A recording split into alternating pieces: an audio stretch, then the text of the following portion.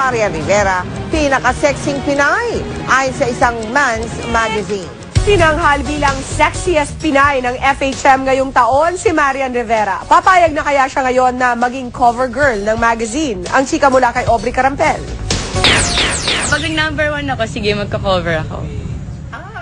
Ito ang pangako ni Marian Rivera nang tanungin siya ng GMA News kung kaya niyang mag-post ng sexy sa FHM.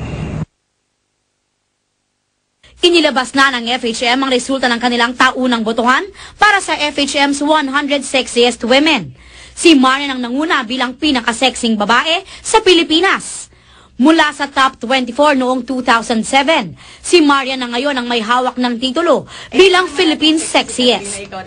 Siyempre masaya ako na ako yung naging number 1. Saka siyempre masaya ako para sa mga fans kasi sila naman talaga yung bumoto sa akin para malagay ako sa posisyon na yan. Inaalig yan para sa kanila.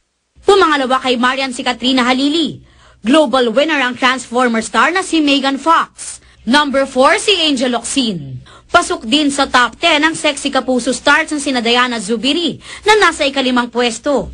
Top 6 si Era Madrigal. Nasa 7th spot naman si Iwamoto. Masaya na ako nakasama ako sa top 10. Okay na ako na parang wow, na-appreciate ng mga tao na nag-post ako, tapos nag-vote sila. Ngayong si Marian ang nanalo sa botohan, hindi na raw malayong tuparin niya ang pangakong binitiwan na maging cover girl ng FHM. Hindi ko din naman in-expect na magiging number 1 ako. Basta yung sa pagko-cover na yan, basta maganda yung concept, tsaka may limitations, tsaka yung manager ko na yung bahala tungkol dyan. Alam niyo yung kakayanan ko at hindi ko kayang gawin talaga. Aubrey Carampel, updated sa Showbiz Happenings.